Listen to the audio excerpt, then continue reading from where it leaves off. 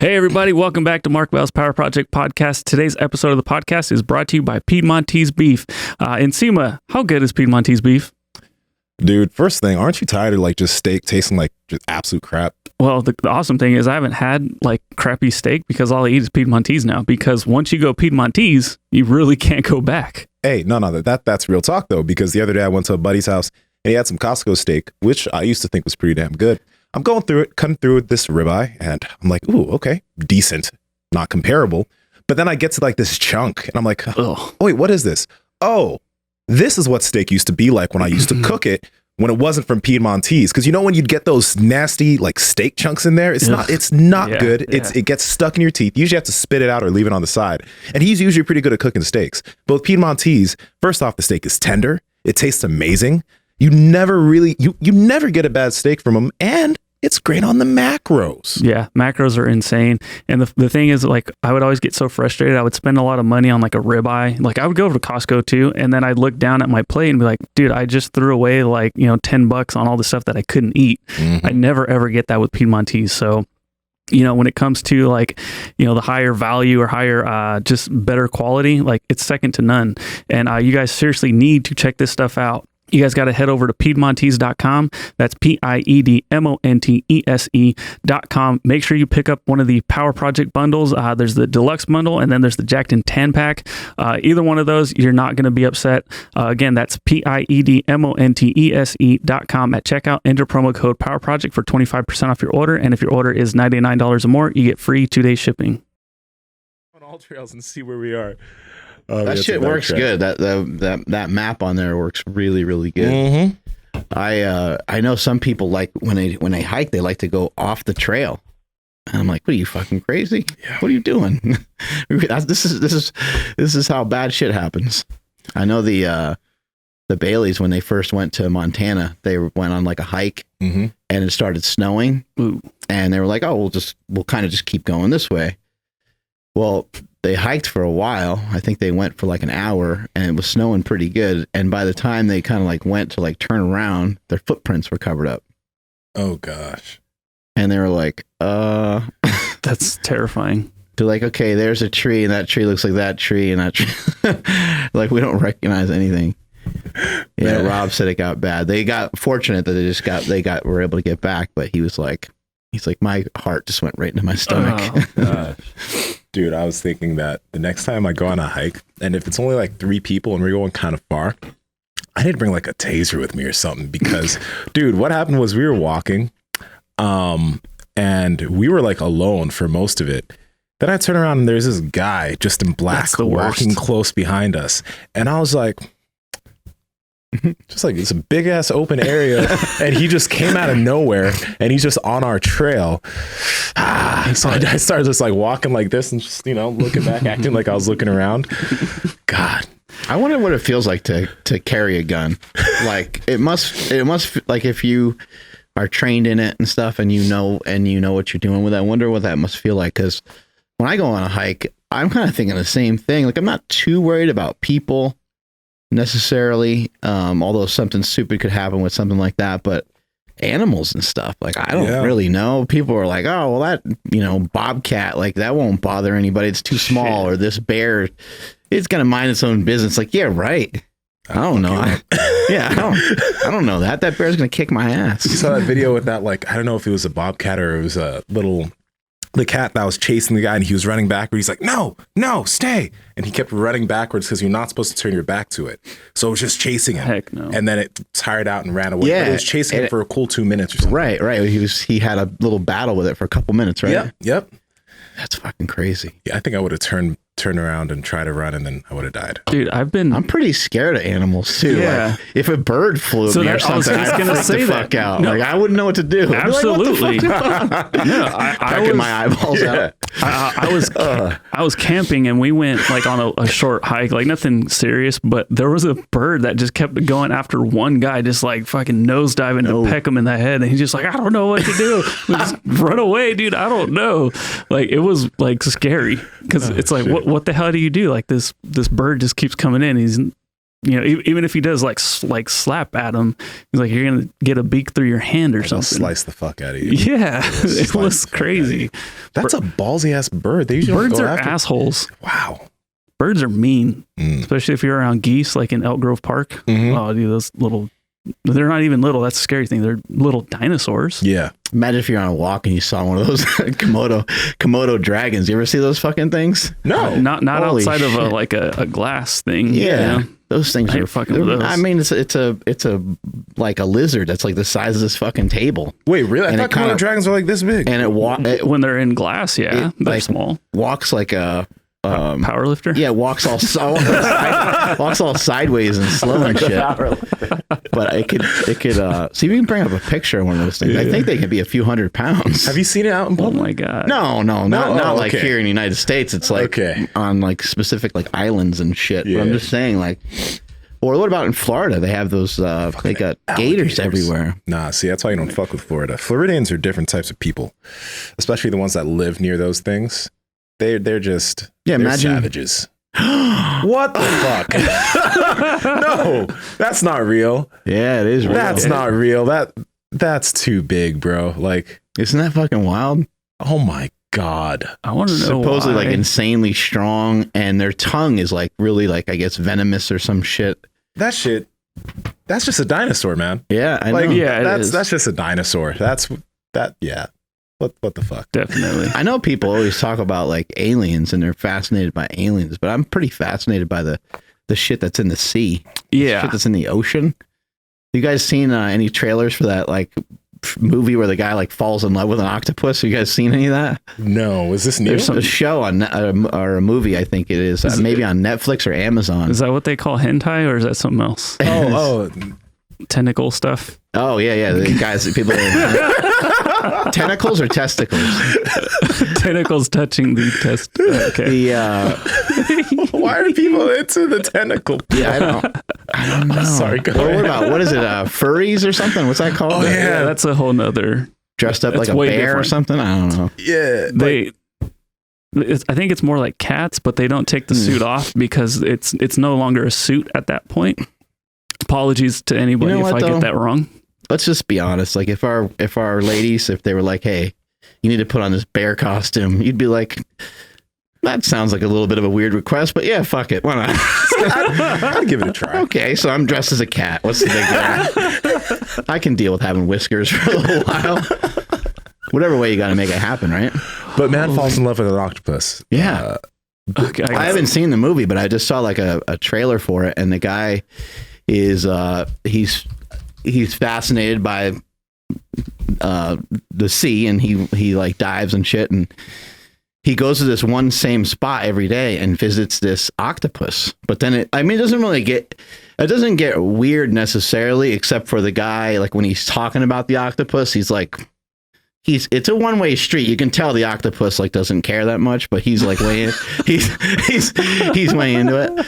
But I guess the octopus has so much intelligence that there's certain. I believe that they can't be worked on without like anesthesia or something like that because they're supposed to smart. They're smart and they can feel pain and all this stuff. Is this the movie? I don't know. It is called My Octopus Teacher. Yeah, there you go. Okay. Yeah, and he learns a bunch of shit from this octopus and he hangs out with it every day. That's well, okay. I'd like to hear how he. I don't know if he ever got a piece or whatever, but that's what he was working towards. I think. I mean that seems odd, but like people get upset at like young people for like getting stuck in video games, and this is the polar opposite. Well, and people love kind of cute. People love on their dogs and stuff, right? And then this guy, he wasn't getting too weird with it, but it was like it did seem like him and the octopus were like buddies. Yeah. It was Okay. strange. If they were buddies, that's all right. Yeah. There's this guy. I wish I could find him. He looked so weird. He was like this. He had red hair and a red beard, and he took care of donkeys and small horses. Oh no. And in one video, he was like talking about how much he loved his horse, and he said, "She's just the right height, no bucket required." Wow. Do you guys want to try to understand what that means? I think I know. Get it? Yeah. Just the right height. Yeah, he doesn't have to. He doesn't have to stand on anything. Doesn't have to stand on anything. Wow. That was just so disgusting. So we had some discussion at the end of 2020 about like how we're going to work on making this show better. Oh God. But we've really regressed. Which I didn't think it was possible, but we continue this backward trend. We're in the realm of bestiality now. Things are getting worse. I think there's aliens in the ocean, man. Look at these fucking things. That thing's an alien. But I've heard people say like if that like landed here and it was in some ship, you'd be like, oh my God.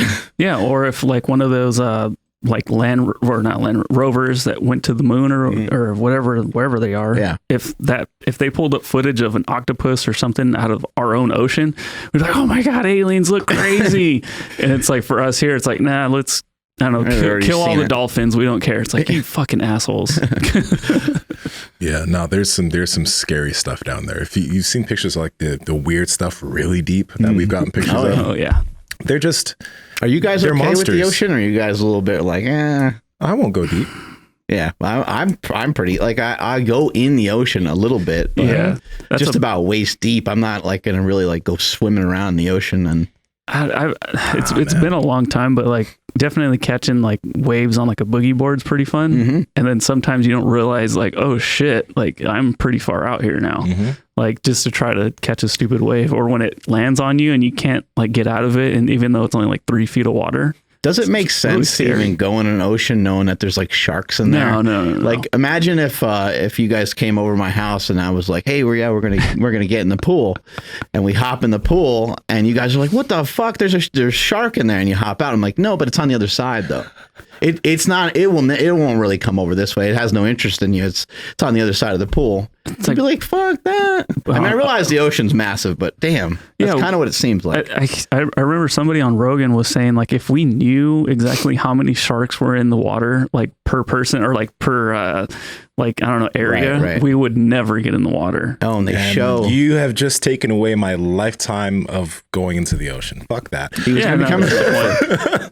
I just like hanging out next to the water. That's always good. But I would, with like a trained instructor, I would go diving. That makes a big difference. Having somebody that knows what's going on. But somebody that knows how to beat the fuck out of a shark. Yeah, but that might be one of those situations where you're like, dude, there's a big ass something right there. Now you're fine. Don't worry. Like, I don't know. He's looking this way. Like, that's a fucking shark. Are you just trying to make me scared of everything? Like, you trying to discourage me from all? No. I'm trying to get a freaking husky, and you're telling me, get anything but a husky. They're horrible dogs. Just like, looking out. Why? For you. Just any luck with that, by the way? No, somebody got him. Yeah, that sucks, man. I was like, somebody got him right before our appointment. Yeah. So I'm gonna. Are you guys fascinated by some of those shows? Like when there's like talking about like a shark or a whale or I don't know, grizzly bear or polar bear. Like I used to watch those shows a lot. My dad is huge into it. And a lot of times, like I even now, sometimes I'll call him and say, hey, put on Discovery Channel or whatever. He's like, I'm watching it already. I used to find that stuff really fascinating. I don't watch it as much as I used to, but I just always thought like it's something about like a kangaroo or something. Animals have such crazy features to them. Yeah, I'll sometimes put that stuff on here and there when I'm not doing anything. Just leave it on. Those Planet Earth documentaries are sick. On Netflix. I like watching those. Yeah. Those are amazing. Makes me want to do psychedelics and watch them. See what happens. Psychedelics and watch animal videos. Yeah. What do we got for today, Andrew? Well, with the new year, people might be having their New Year's resolutions set in stone, and people start looking into supplements. They start looking into ways to help get them to reach their goal a little bit quicker. And then you hear the same thing over and over. You can't replace anything with hard work. It takes time and this and that. But like I told you guys a little while ago, like if I didn't hire a mentor, I wouldn't have been able to progress with my photography as quick as I did or as good as I did. I feel like if in hiring somebody to help coach me through certain things, it was a bit of a shortcut, but yet shortcuts, there's no such thing. And, So what I wanted to ask you guys today was basically, did you experience any like actual shortcuts that to help get you to the physique that you wanted, financial status that you have, or just in general, like anything that you guys can remember that helped get you to where you are that would be considered a shortcut? Yeah, I think we're talking a lot about like leverage and just advantages. And I think if each person is to think about the people that they know, or excuse me, or the people that they can have an opportunity to know, then they could probably fast track their progress and do exactly what you're talking about. So if you're in jiu-jitsu, the wisest thing to do would be to A, look for a dojo, or B, go to an event where there's jiu-jitsu athletes. Same thing with powerlifting, bodybuilding. Try to find a gym. Maybe you already know somebody. Maybe you have a cousin. Maybe you have an uncle. Maybe you have someone in your family that has already done powerlifting. And you can say, hey, what's this about? You know, how do I'm really interested in learning more about this. And I think that people don't think that way that often. I think that for myself, I think that that's a huge strength of mine, is to not only take advantage for myself, but try to link other people up as well and say, hey, I think you guys would work really well together. I've done it many, many times, but I think that that is a good place to start. If you're trying to think about how can I gain an advantage or how can I fast track this, why not talk to somebody who's already done it? Mm-hmm. Why not talk to somebody who's already maybe been a little bit of a success in that particular area? Yeah, absolutely. Especially like, I'll talk bodybuilding for a second. When I first got into bodybuilding, I think I did my first show at 21 or 22, something like that. But it was because of a trainer named Paul Urciaga. And Paul he owned this gym called Forever Fit. And that's actually the first gym that I privately trained people in. And he was like, Nsima, you should do bodybuilding. You should get into bodybuilding. You should do a show. I was like, okay, well, I don't know the first thing about doing a freaking show. So, okay, yeah, I'll get you ready for one. And I learned a lot in that first experience. And then I also, after that, worked with Alberto Nunez, and I learned even more in that experience. And I used that opportunity when working with Alberto to just ask him a lot of questions. I was asking him, okay, what books did you read to learn this, this, and this in terms of tracking, or what resources did you have? Like, I wasn't asking him specifically, how do you do this? More so, I was just asking him for his resources, because I knew that if I could know where he learned what he learned, then I could do what he did. And that's exactly what happened. And that makes a very, very, very big difference, because like when I'm looking at like a guy like Paul, who was, I think, maybe 40 something at the time, and he was doing bodybuilding for 20 years at that point, right? That's 20 years of experience that I get to ask and understand and learn what works and what doesn't work. Same thing with Alberto. That's, again, maybe at that point, maybe it was 15 years of training experience and coaching experience where I was able to learn about what he did and what he looked at and what he paid attention to. And, you know, I think that's huge. But another thing that I think that I really like to do, and I think all of us here do, is, I mean, I listen to a lot of other podcasts, because I feel like podcasts are getting bigger and bigger, and like a lot of people that know just a lot of stuff are putting out free content, hours and hours of free content on specific topics. So I'll go to somebody I like, I'll just go through their episode list and see if there's something that piques my interest or piques something that I'm into, and I'll go listen to that, because there's usually going to be a few nuggets in there that'll lead me into the right direction of what I'm trying to figure out. So I think that's an amazing free resource that everybody can and should be using. Mm-hmm. Or even, you know, like an audiobook, right? Yeah. Like I want to read whatever this book, but the shorter, quicker way for me to do it is through an audiobook. Mm-hmm. Now, there's, I think a couple people have mentioned that like there's studies or whatever that show that you retain the same amount of information as, or you're something like that. Oh, that's cool. Yeah. So I'm like, okay, does I don't know, do I get extra credit if I read the paper, you know, the paperback, or is it the same? Mm-hmm. You know, like for me, yeah, it's going to take me a year to read a book on paperback, but through an audiobook, that's like a couple of commutes, you know, to and from super training. Yeah, absolutely. I think kind of on that same note, you know, when you think about if you're going to start to listen to a podcast, or you're going to start to try to learn from a particular person, I think it's a great idea to pick one person and to do that for a little while. So an example of that would be, let's say that you're watching TV and Elon Musk, you know, comes on TV and you're like, shit, this guy's wild. I want to learn more about what's going on with him. And I stole this from Josh Settlegate. He said that he'll study like one person, and he'll do it like one person per month. Mm-hmm. So that way you're looking up information about one person for the month, and you're not skipping around and blending ideas together, because it might not be great as you're learning about one person who has these specific ideals and principles to kind of mix that with somebody else that might be quite different than that. Mm-hmm. Another thing on that same topic is try to learn for yourself when you feel you learn the best, and don't stuff stuff down your throat when you're not really ready for it. So if you're not really much of a morning person, and maybe your morning drive isn't listening to the world's greatest physicist or something, because maybe that's a little fucking heavy for you in the morning. Yeah. Well, in the morning, just do your normal shit and just listen to music and just chill and relax if this is the way that you operate. Because I think sometimes, like I've fallen into this trap before, where I want to listen to a lot of information. I want to continue to learn and grow, but I might do it too much, and it's just, you're not getting anything from it. Then you have to listen to it like 12 times. Mm-hmm. There's a lot of research talking about how you can condition your body. So a really simple example is if you normally eat lunch at like noon, you'll probably be hungry at noon every day. With or without food, you'll probably start to get a little hungry around noon every day without even really looking at the clock. When it comes to learning, when it comes to even lifting, they say that you should try to lift at a similar time each day.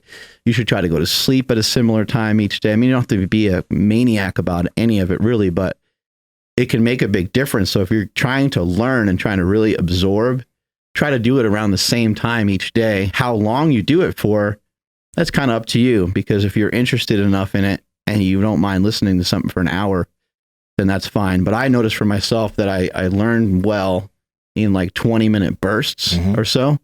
And then in addition to that, I learned the best with the least amount of distractions. So I can be on a walk and I can listen to something, because sometimes I'll still write, which slows down my walk quite a bit, but mm-hmm. I can write on my phone. I can take notes. I can sometimes just record something quick when I hear an idea that gives me an idea, and that can be really helpful. But really, I think, in this section of what we're talking about for today, I think you want to really try to optimize how you learn. And if you're trying to optimize how you learn, you might even want to look into somebody that speaks about that often, and that would be somebody like Tim Ferriss. Mm. I mean, he's talked about it for years. He's kind of moved on to some other topics now, but that's like his main fascination, is how do we absorb stuff in a really short period of time, so we don't have to, he'll talk about like speed reading and shorthand, taking notes and all these different things where you're like, fuck, man, imagine if you knew at least a little bit about all those things, how quickly you could learn and progress. There's this great app called Blinkist, and it goes into 10-minute books. 10-minute books. And some of them are longer, but what Blinkist will do, and I like doing this outside of it too, but it'll take the big ideas of each chapter of a book that you're trying to get into, and it'll summarize the big ideas of each chapter of that book. It'll summarize everything, and you could listen to a book or the big ideas from a book in 10, 15 minutes. That's awesome. Any book that you're into. But on the same vein of that, that's what I kind of like, or that's what I did when I was learning how to do things in terms of training. I saw that like in the NASM certification that I ended up getting, like there was a lot of fluff, a lot of just unnecessary BS that I wasn't going to use with anybody that I worked with. So instead, I tried to look up stuff that I could literally apply to my clients. Like just what are the things that work? What are the things that are important, and fuck everything else. That's how and then after I got the hang of that, then okay, I could learn all this other fluff stuff, but it wasn't really necessary. That's how I approach jujitsu too. Like I think of, okay, what are the big submissions that tend to work? What are the big techniques that, tend to work a lot in tournaments, and can I get the hang of that, and can I vein out from there? But I think it's really important if you're trying to learn any type of new skill, or you're trying to get better at something in the gym or your nutrition, try to learn the big concepts of what are the important things that you can do. And then after a while, you can narrow down on those smaller, intricate ideas if you want to. But I think that's a way to get good or learn something fairly quickly. Focus on the big ideas that really matter. Another huge aspect of all this would be recovery. Trying to recover from what it is you're learning or what it is you're doing. One way to fast track some of your training, if you feel like you've been stuck for a while, is to probably train a little bit less, or maybe not necessarily less, maybe try to find a way to be a little bit more efficient.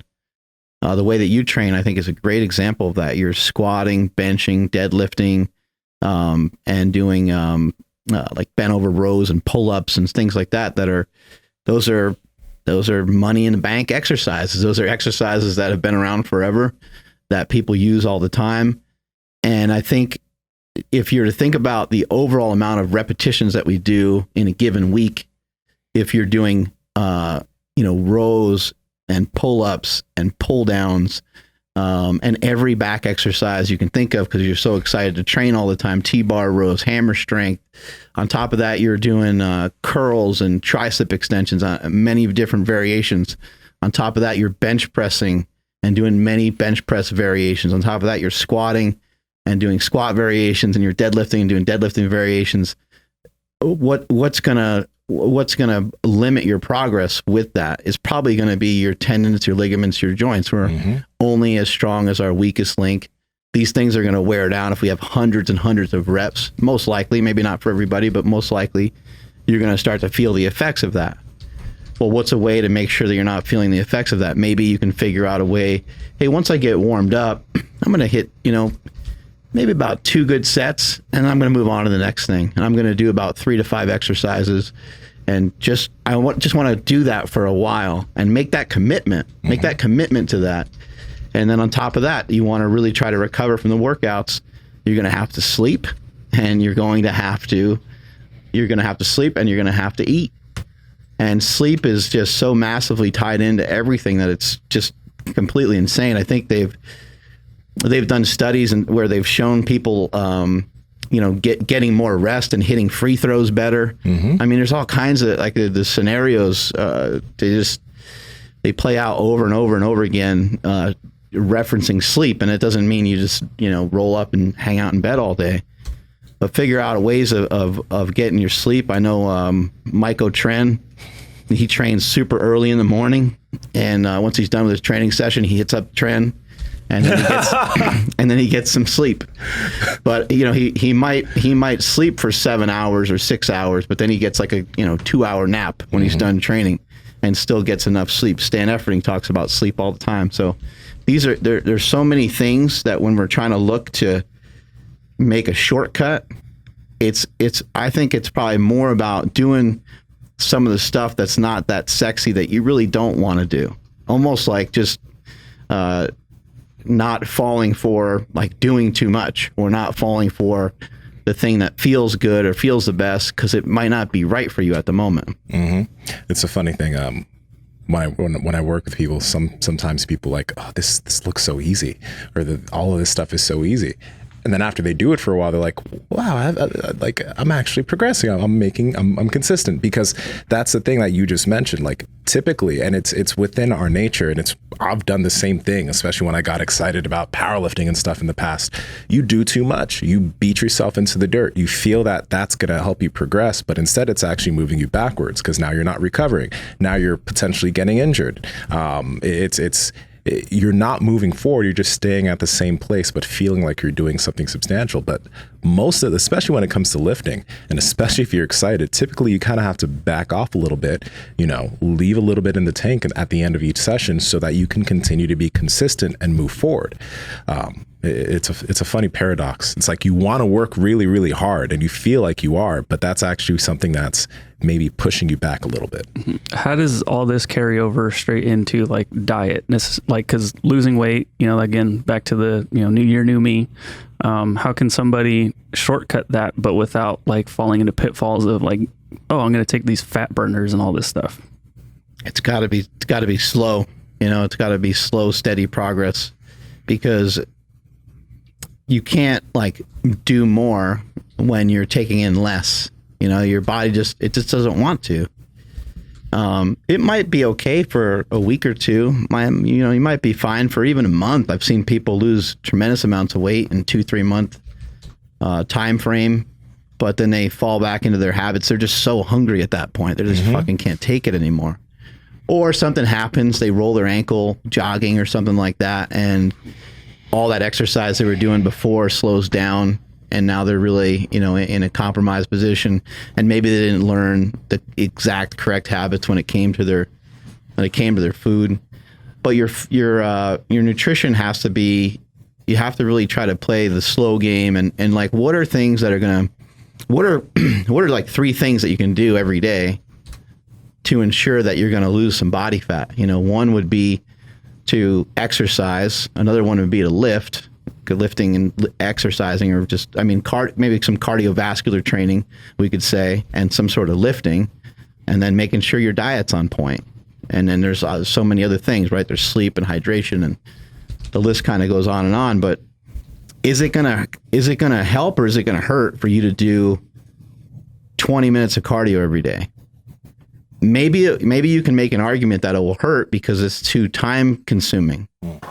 But would 10 minutes hurt, or 15? Like, you can do, there's probably a time that you can associate with it, with you being in the gym, whether it's 60 minutes or 90 minutes, probably a little different for each person. Make a commitment to that and try to, do it day in and day out.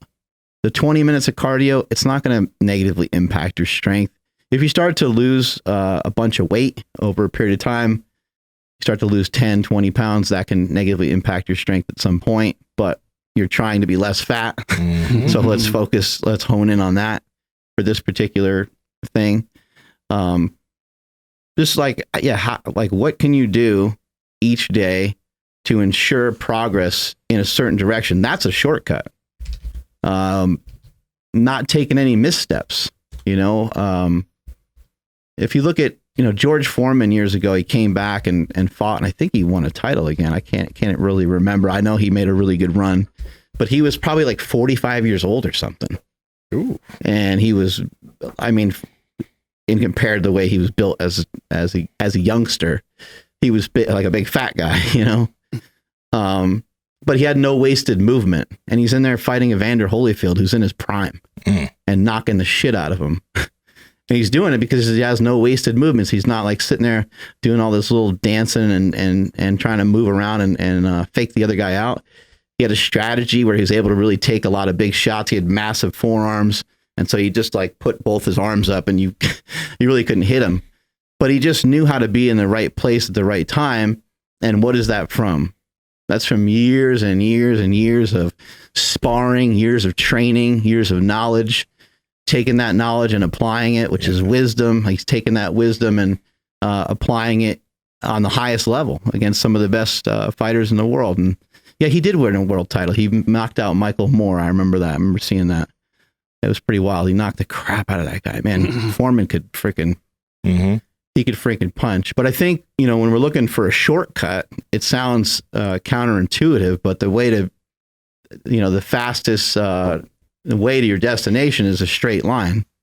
So how do we just figure out how to go in a straight line? Well, if you are trying things that you're not prepared for, you're going to fucking zigzag, And so it's got to be this kind of slow, steady progress over a period of time. It's I think it's really cool that you said that, because there's a trainer that I worked with. I don't know if I think I heard from, it was either Sean or Paul. I was like, wow, that's really cool.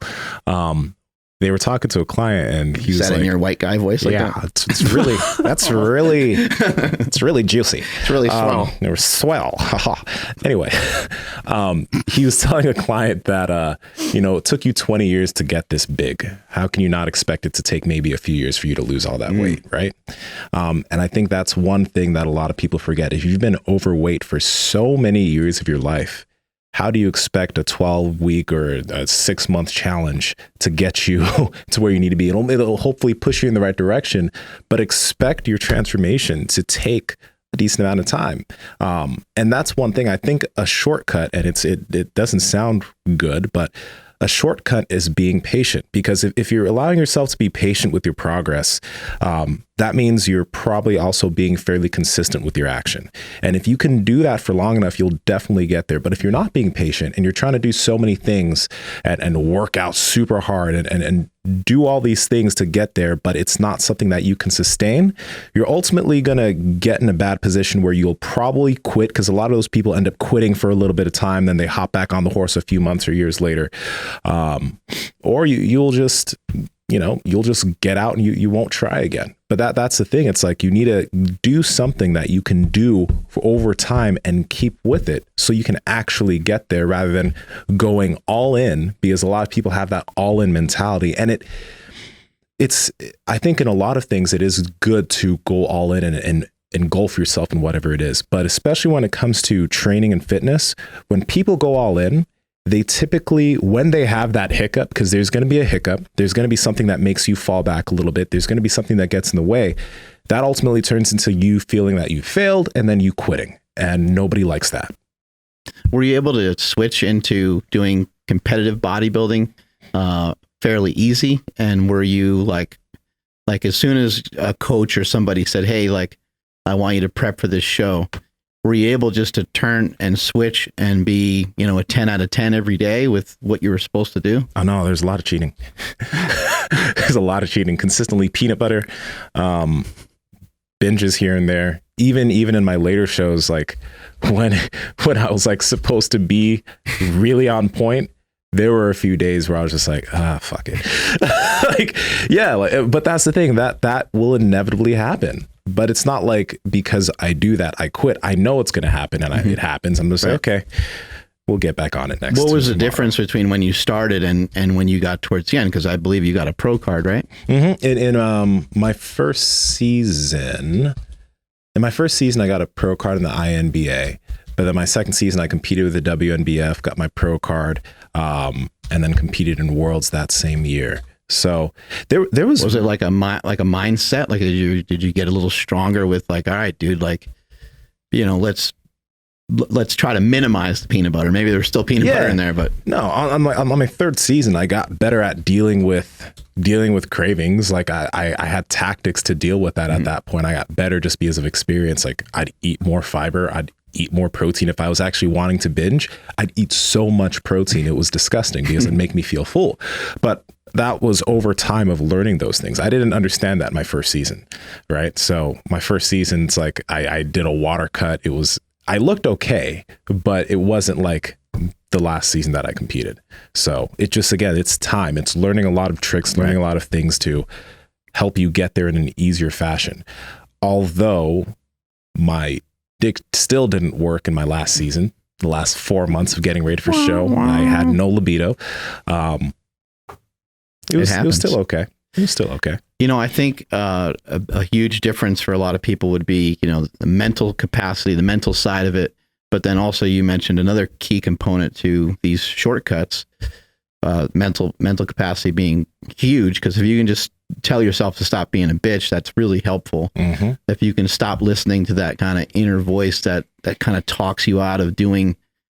We all have such great intuition, and it's just like sitting right there all the time. But then there's the other side of you saying, well, I don't know. It's just always like double guessing and analyzing or overanalyzing. But the other side of that is just is knowledge, is like learning the process, and the knowledge is such a huge part of it. So for today and talking about these shortcuts, I want people to really, truly understand how massively important the knowledge part of it is. And that's why kind of the first thing we started off with was like, hey, ask somebody else who's done it already. That's like the ultimate cheat code. Like, all right, well, I'll talk to Stan. I'll talk to this guy. I'll talk to that guy. And I think sometimes people don't think they may have access to people because they're like, well, I don't have a big social media following. You'd be shocked. Reach out to people. Reach out. It doesn't have to be a celebrity. It doesn't have to be a celebrity in fitness. It could just be somebody that you aspire to look like. You can be like, fuck, that person looks awesome. Mm-hmm. I would love to learn how to do that. Most people that are in good shape like that, and most people that are like wealthy, whatever the goal is that you have, and you're trying to learn from them, whether it's someone who's a chef or a hunter or whatever the hell hobby it is that you want to get into, if they're really good at it, they usually want to talk about it. They usually talk about it all day long. Some of them do it professionally. So you might, have to, pay attention to how you use your words when you're asking for help. Put together something nice that makes it look like you're dedicated to it. Like, don't just write to someone and say, hey man, I need you to improve my bench. Like try to put some thought into it and say, hey, I recognize that you do this for a living and I want to increase my bench press. Here's what I currently lift, and any help or advice or someone you can point me to, that would be amazing. Yeah. Some people aren't going to get a chance to read that, but if you send it to a few of them, somebody's going to read that and somebody's going to respond to it. And I think like a big thing there, and I know we mentioned this earlier in the show, but a big thing that I did and I like to do is I like to figure out where they got the bulk, or I guess a big part of what they know. Like, are there, in terms of your mindset, is there anything, there are any good books that you've read that you really think helped you develop this mindset? Or is there any, just whatever they think is one of their biggest things in their repertoire that's allowed them to do what they do? Because some people, there's something that they read that triggered something for them. And that might be the same thing that triggers something for you in your mindset. I've never been a fan of like asking, like there is merit in asking a very specific question, but when you ask especially when it comes to lifting, when you ask a very specific question, okay, you'll get a specific answer, but there's always going to be a problem that comes up. But if they can lead you in the direction of a resource or information to learn from, that resource or information could potentially be the thing that answers so many different questions for you that you can figure out the puzzle yourself. So, yeah, I think that's huge. Yeah. And if you think about some of the best guests that we've been around, some of the best people that we've been around, or people that we admired the most, you got guys like Ron Penna, Stone Cold Steve Austin, Jay Cutler. I'm sure there's a lot of other people that I can't think of at the moment, but these are people that ask a lot of questions. Mm-hmm. Jay Cutler's asking people about, how they built up their arms or something. And you're like, what the fuck's he asking anybody about how they built up their arms, But he's acquiring more information. Maybe, maybe he's just pretending to be interested in people, which is nice, right? But I think that he genuinely is like, searching for more answers. Mm-hmm. And Ron, when you hang out with Ron, you kind of feel like you're in a class the whole time. Mm-hmm. He asks a ton of questions, which it's funny because he asks a ton of questions that he already knows the answer to. And even if you have a different answer, he won't accept that answer. His answer is the right answer. But anyway, people are kind of expediting their expertise by doing this, by asking questions. And one of the mottos from Sean Provost, who owns a bunch of Dutch Brothers coffees and owns Provost Motorsports, shout out to him. Sean is amazing with asking questions. And one of his mottos is to ask good questions. They share that. They share that as a shared sense of purpose at Dutch Bros, and it's something that obviously it's working well. The company continues to grow. The company continues to expand. Yeah. They continue to kick ass despite everything else that's going on. And so it's like, man, it seems like that works really well, is to ask questions. And I think sometimes people are concerned that they're going to like slow something down, or they're taking up too much of your time. Mm. But if you're thinking about your questions and you're asking things that are, decent, then I think you're good to go. Everyone started out as a newbie at some point. We all started out, not even really knowing how to warm up in the gym, not knowing to look at food labels, or not knowing that cereal had carbs or something. I mean, you don't know something until somebody's got to like tell it to you. Somebody's got to say it to you. I've had many people I've worked with in the past. They're like, I didn't know milk had carbs. Like they just never thought of it.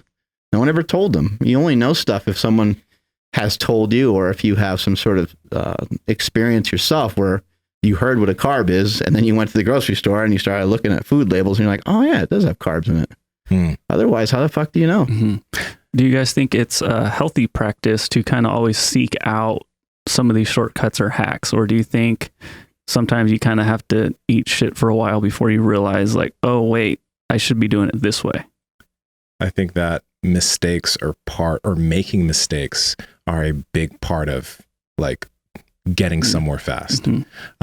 Using jujitsu as an example, you know, there are times that, you know, an individual or even myself, you'd be too careful when sparring to try something, right? So you'd be like, I don't want to lose, so I'm not going to try this. But the thing is like, if you tried, it doesn't work. Okay, you know it doesn't work, then try something else. So if you make mistakes fast and often, you're probably going to get to the right answer quicker. But if you don't allow yourself to make any mistakes, you don't allow yourself to fail pretty much or have any blunders, then you're going to be stuck where you are with what you've got, because what you've got, it's just, it doesn't hurt. It doesn't, you know, it's not a risk. Yeah. So I think that especially in the whole diet thing too, you know, when you learn that milk is a carb and you've been using milk, like, oh, okay, cool. All right. Then you learn from that. Right. So there are going to be a lot of mistakes that people make when they're dieting, but you know, when they figure out, oh, this is one of the things that's not helping me, boom, they can move to the next thing. I think that's such a cool concept. Like failing fast is actually a shortcut. So like screwing up is actually going to help get you to your answer a little bit quicker. Oh, for sure. Like when you have 4 ounces of heavy whipping cream in a protein shake. I had no idea. It was like, I don't know, like 1,000 calories, and I couldn't stop pooping for like 4 days. Well, there you go. Yeah. This stuff will add up quick, man. Oh yeah. You know, somebody might not know, or maybe they are just miscalculating or something. Like maybe they're not measuring out when they use sugar in their oatmeal, and maybe it turns out they're having 30 grams of sugar in their oatmeal instead of like 5 or something. You know, like these things happen when you're new. You don't know. Somebody tells you to use salt on your food, and maybe you're overdoing it, you know, or whatever the case may be. Someone says, oh yeah, it's fine to have, you know, a little bit of it's fine to have dressing on your salad. And there you are, you know, just turning the bottle upside down.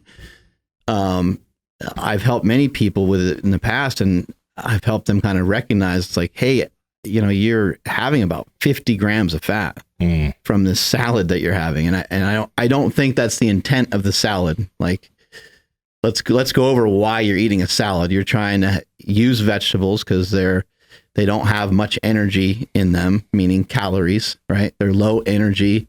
They're even low nutrient foods. They shouldn't really exist. But anyway, you know, vegetables, they're going to take up some bulk in your stomach, and they're going to help you feel full. Yeah. And most of the time when people are eating them, A, they're eating them because they have some preconceived notions about how healthy they can be. But B, they're also eating them because they feel that it's going to help create a caloric deficit, which would be great. But a lot of times people dump a lot of dressing on there and not only defeat the purpose, but end up eating excess amount of calories. And then whatever like cheese or bacon or avocado, whatever else is in there, you know, you got to factor in all those calories as well. And now we end up with a meal that you were really well-meaning. I mean, you were really, you know, you were trying to do the best you could. You thought that was a great decision.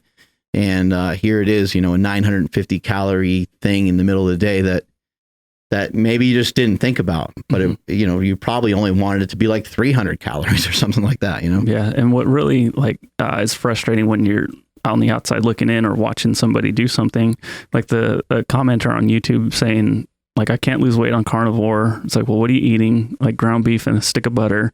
It's like, oh man, like he's trying, right? Like he's putting in the effort. He's doing what Mark says. And it's like, oh, but a little bit of a miscommunication or misunderstanding of like how much butter you could be eating or should be eating.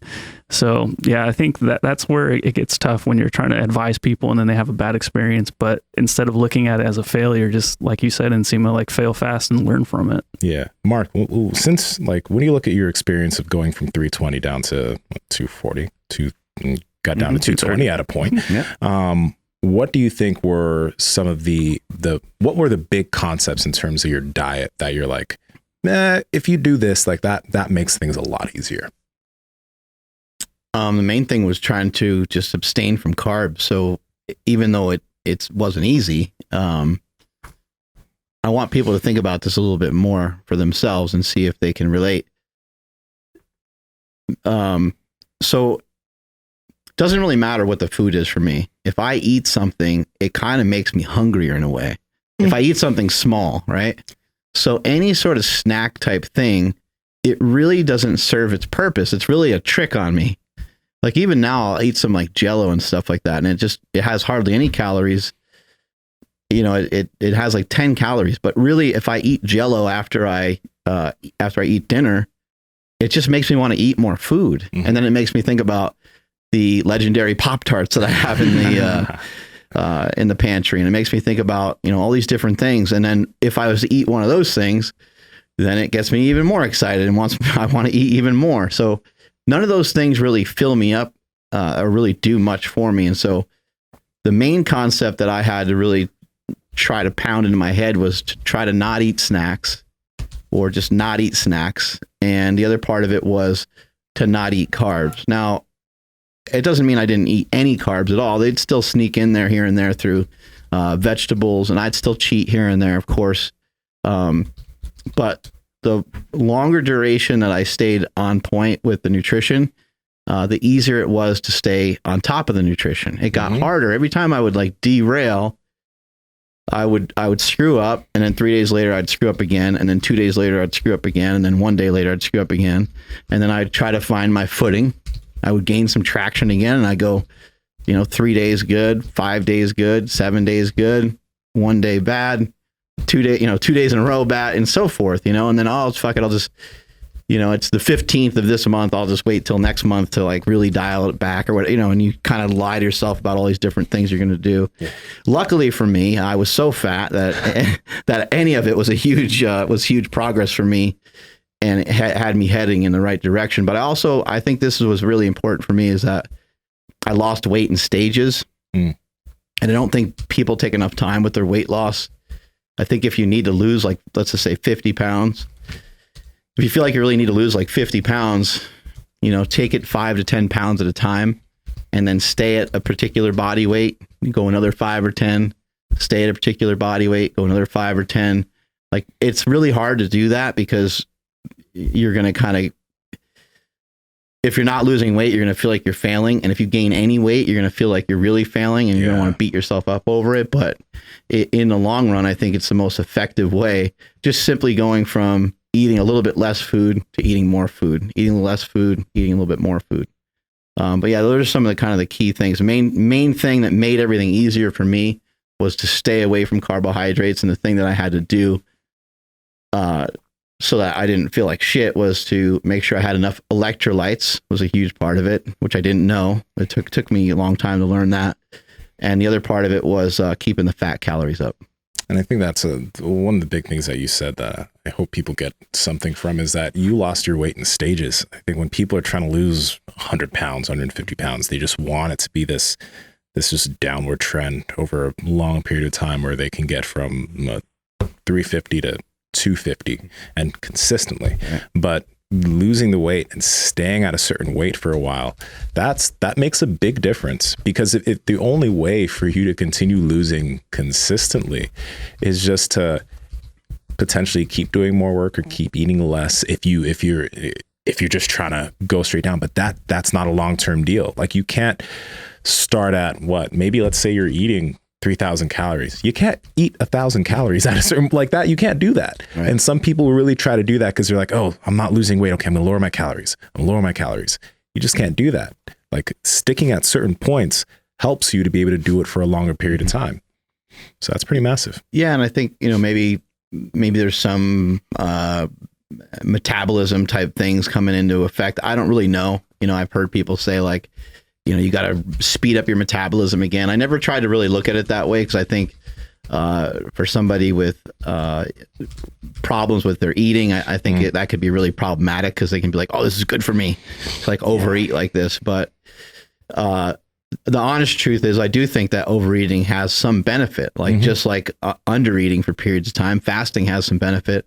I think really engorging yourself with food and feeling really, really full does a lot of things, like the hormones in your body. But are we supposed to be like that all the time? Every day, every morning, every afternoon, and every night? Like, probably not. It's probably too much. Mm-hmm. Yeah, I actually went nuts on chaffles this weekend. Oh yeah, those are great. Dude, pictures. They're so. I've heard of them, and I had an idea of what I thought what they would taste like, and they way outweighed my expectations. But I did exactly that, because I had some, and then anytime I go low carb, I have this like weird sick, hungry feeling. It's hard to explain. It's not sick. It's just like, when you get really, really hungry and you kind of wait too long to eat. That's the best way I can put it when you're on a kind of a crappy diet. And so instead, I'm like, I'm just going to make a big old batch and I'm just not going to stop till like basically can't eat anymore. Yeah. I didn't get that sick hungry feeling after that. And That's good. That shit was good. And I'm noticing that removing carbs, I'm definitely not craving anything else right now, which is really good. Mm-hmm. A lot of that has to do with the motivation of like kind of hopping on board with World Carnivore Month. Yeah. But I really do feel like it's because I'm not having the carbs that are seeking out other carbs right now. Mm-hmm. I still had syrup with the chaffles. I did treat them like actual like waffles. Yeah. But I mean, in comparison to like having actual waffles, that would have been terrible. Mm-hmm. Yeah. Chaffles is a great shortcut, by the way. I need to make some of those. Yeah, they're great. They're so good. I made a chaffle bacon cheeseburger the other day. Saw that. Really, really yeah. good. Yeah, I need to make some of those up maybe tonight. Yeah, and then I had asked on Instagram, a bunch of people gave me some tips on how to make them more crunchy. A lot of people said it was just mainly just adding a little bit more cheese instead of egg, just to get like that extra crunch. Or maybe those little like pork rind things. Pork rinds is another one. Yeah. Yeah, that works as well. But I think just adding a little bit more cheese probably would be the easiest way to go about it. But yeah, blending up some pork rinds and then adding that to your like batter is another way to get it crunchy. I have pork rinds that are just from Amazon. They're just already like breadcrumbed out or whatever you want to say. Oh, that's cool. Yeah, those are really, really easy. I used them yesterday. We made some. They're kind of like buffalo wings, but it's really just buffalo thighs. I find those to like taste pretty much just as good without all the skin and everything. But we made that with butter, red hot sauce, and some of those pork rind things, and it was freaking awesome. Just threw it in the oven. You cook it first, and then you just dip it in the sauce afterwards. So trying to cook it with the sauce on there just doesn't work. It doesn't work quite as good, but it works great with chicken thighs. Give it a try. oh, Lord. Yeah, that looks great amazing. with bacon. I had bacon for the first time in a really long time this weekend too. Why? Why was it first time in a long time though? Just because of the fat content. Okay. Fair enough. I've been on that high carb anabolic diet lifestyle. I had an omelet the other day. Oh, damn. Dude, eggs are amazing. So fucking good. I haven't had like a regular omelet in a while. That was delicious. Yeah.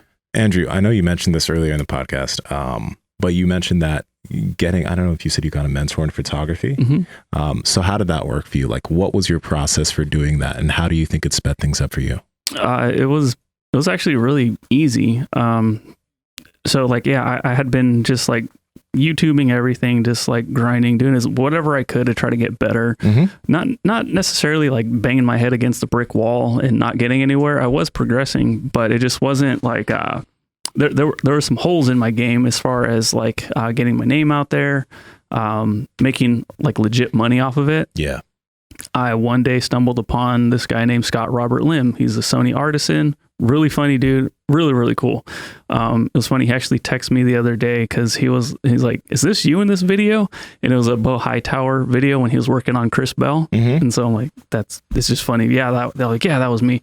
But anyway, I think I just reached out on like Twitter or something. And he was like, yeah, I have a mentorship program. It's like, no way.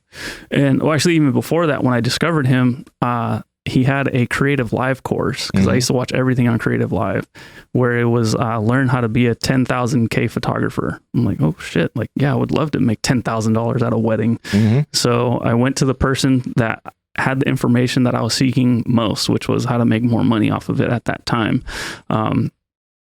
Reached out and he's like, yeah, I have this program. And I'm like, okay, sign me up, whatever it costs, like I'll figure it out. And he worked with me on that as well. Yeah. He's like, it costs this much, but if it's too much, like we can do like PayPal payments. Like it's not that big of a deal. And then just what was amazing was it just, like I said, I felt like I got a straight shortcut to the front of the line.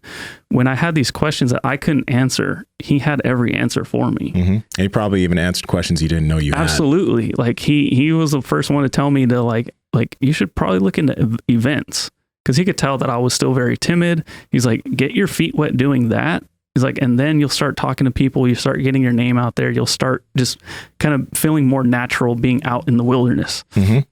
Totally freaking accurate, which I didn't get nobody told me that before him. Yeah. And then we kept in touch, and then yeah, the rest is history. But like, it was just, like I said, it really felt like it put me in front of the line when there was like, every like 2 feet you run into another photographer.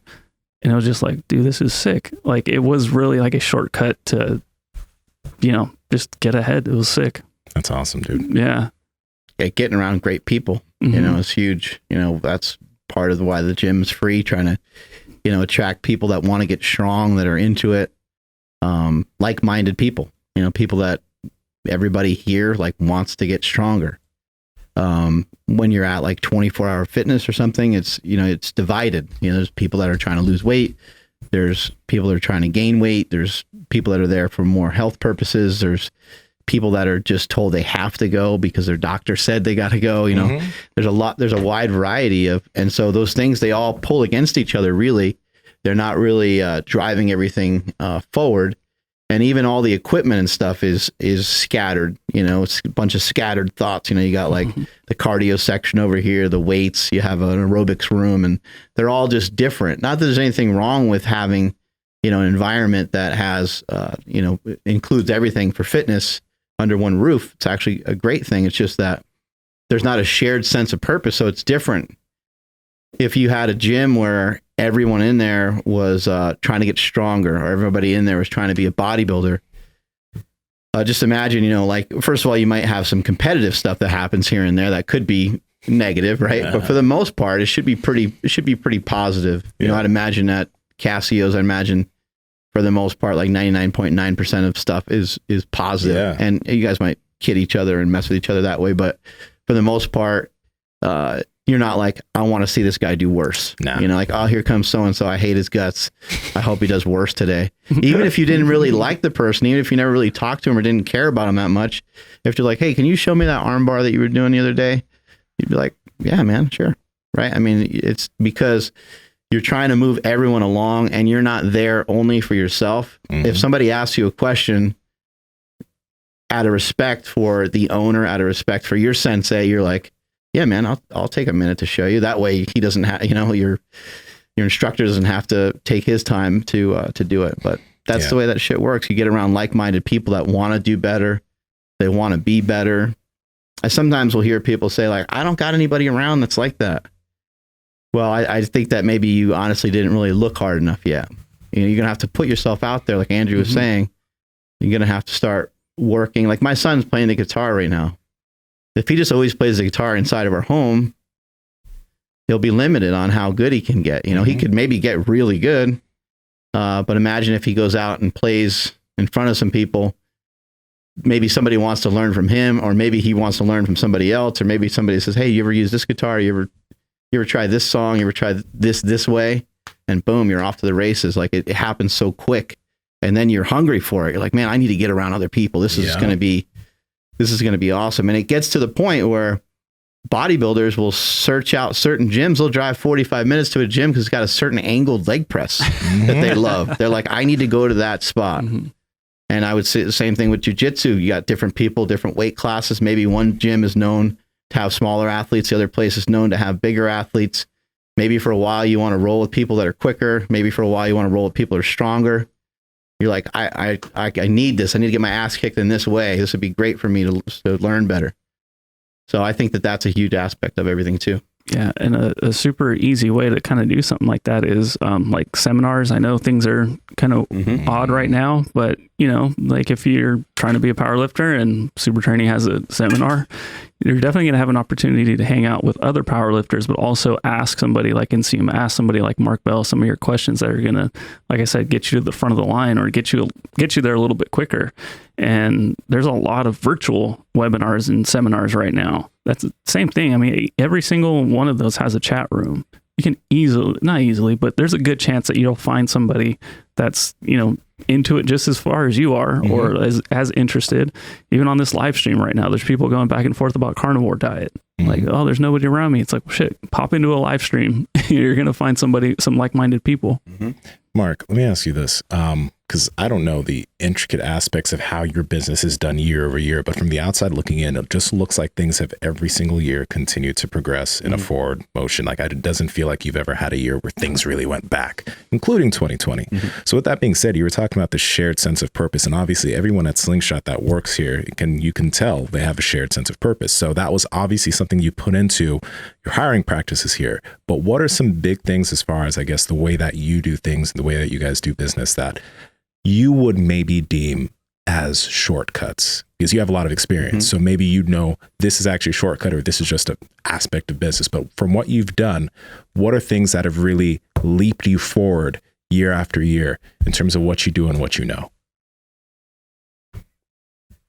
Man, there's a lot that goes into some of that. Like, I think number one is to try to give people freedom, give each person their own position that they are the expert in, where me as the boss or my wife, we trust in you. We hired you to do a certain job, we hired you to do a certain job, and we don't pretend to know more about that job than you do. We actually hope and would love for you to know way more about that topic than we could ever imagine to know.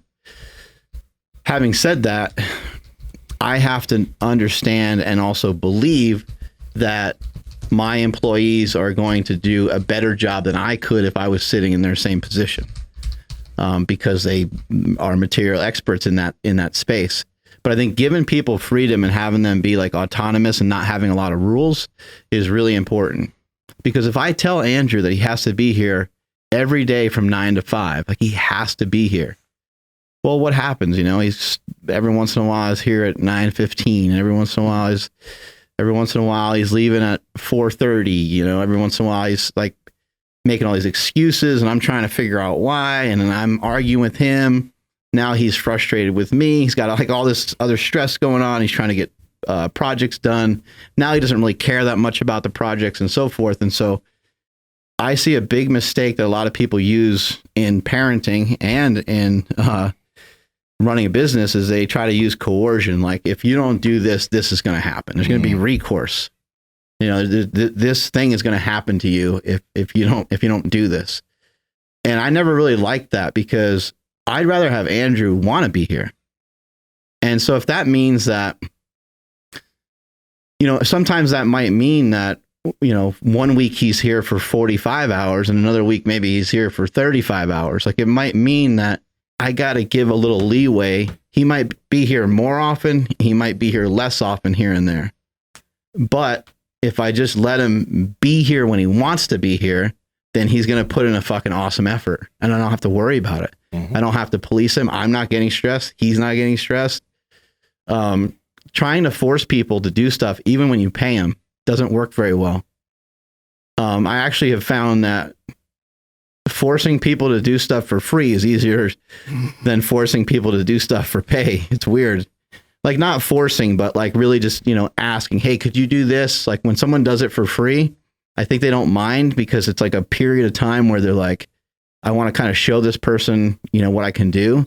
But if they really didn't like it or love it, and then once they start doing it for pay, then you might see a huge drop off. So I'd say, like, number one is letting people kind of do their own thing, and then also just understanding that it's a team effort.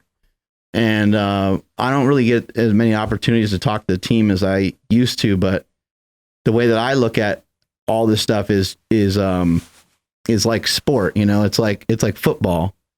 I remember when I played football, and if you're on defense, somebody would be like, oh, well, that guy wasn't my assignment. The wide receiver that ran untouched right down the field that they threw a bomb to. Like, that was the cornerback was supposed to have him, because he was right over top of him. It's man-to-man coverage. He's supposed to be on him. And, I'm defensive end, and the free safety should have seen him break free too. So both of those guys, but who is the 6 points against? Who scored the points? The other team scored the points. We failed, so I kind of look at this business as like, let's just fucking tackle the guy with the ball. Like, let's not worry about whose job it is, and maybe we can all figure out because maybe the guy running the balls, maybe he's pretty strong. Maybe we all have to gang up on him. All 11 of us have to gang up on him and try to bring him down. So that's kind of the way I try to view it. And what helps with that is that if I talk to Andrew and said, hey man, we need to move this bench in the gym, he's not going to like give me like a dirty look. You know what I mean? He's not going to be like, I do photography and I fucking do the, he also knows that if he said, hey man, I threw out my back and I'll help with whatever I can help with, but I'm kind of fucked up. He also knows I'm not going to yell at him. I'm not going to disrespect him. I'm not going to, or if he just said he just felt sick and just didn't want to mess with it or whatever. Yeah. I'd go in and I'd grab Ryan and I'd grab other people. Everybody in here knows that it's a team effort. Everyone knows that they're going to have to do stuff here and there that they maybe don't always love to do. But everyone is required to do those things. And so therefore everybody does it and everybody comes together.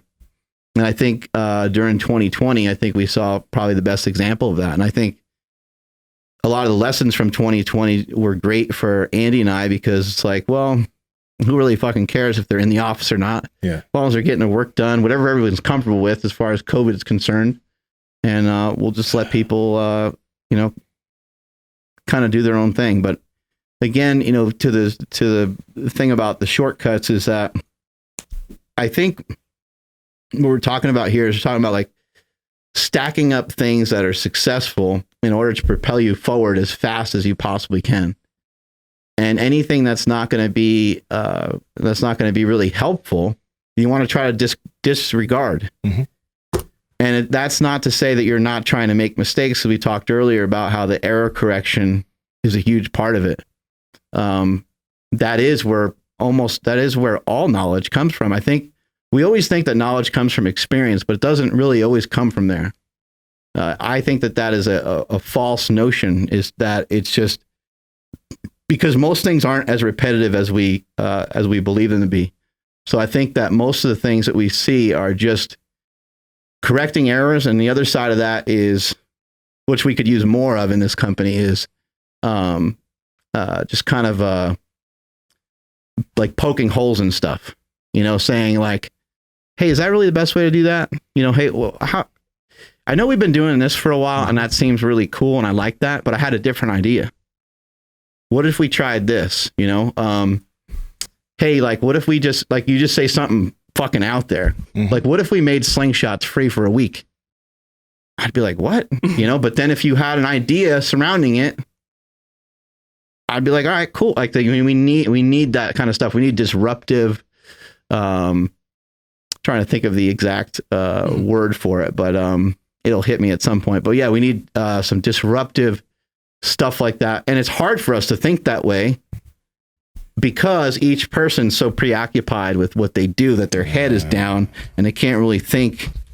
Much like in something like jiu-jitsu, where you had Danaher or some of these guys come in who came from a different background and like, hey, let me show you guys this shit. Flipped everything on its head. Yeah, flipped everything on its head. And how come the Gracies couldn't think of that?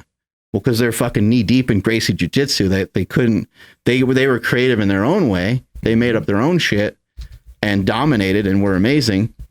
But now there's guys that were doing something else, and maybe, something else will probably come from something else down the road that shows everybody else another new way, Yeah. Yeah. That aspect of poking holes, that's, no, you're right. Especially when you're focused on one thing, you tend not to think about much else. You tend not to look at things differently. When you're so engulfed in it, it's hard for you to just take a step back and actually look. Yeah. That's a funny thing, because it's like, I told you guys this before. I feel like sometimes whenever I make like maybe the biggest leaps in jujitsu is when I haven't done jujitsu in like a week and a half or 2 weeks, because I just haven't been able to. So my mind's doing other things, but when I come back, it's like new things are there. Yeah. Back to like the business shortcuts, Mark, and this one comes again from, this makes sense, but from Sean Provost. What he said is be slow to hire, fast to fire, or something like that. That might upset a lot of people, but like, what does he mean by that? You want to be slow to hire and fast to fire. So slow to hire is that, Andrew wants to be a photographer, and I say, hey, we got this other guy here, Sandro. It'd be great if you could meet with him, on Monday, and see how he does some stuff. I mean, right away I could start to get a read on Andrew being receptive to me having somebody already, because what if Andrew's like, oh, I don't really need anybody else's help, like boom, right away I'm like, that guy's not for us, because like he's not going to be able to work with the photographer that's already been here for a while. Like that sounds fucked right off the bat. Or he's not going to be able to work with other people that are here, or he's not receptive to the word I was looking for is criticism.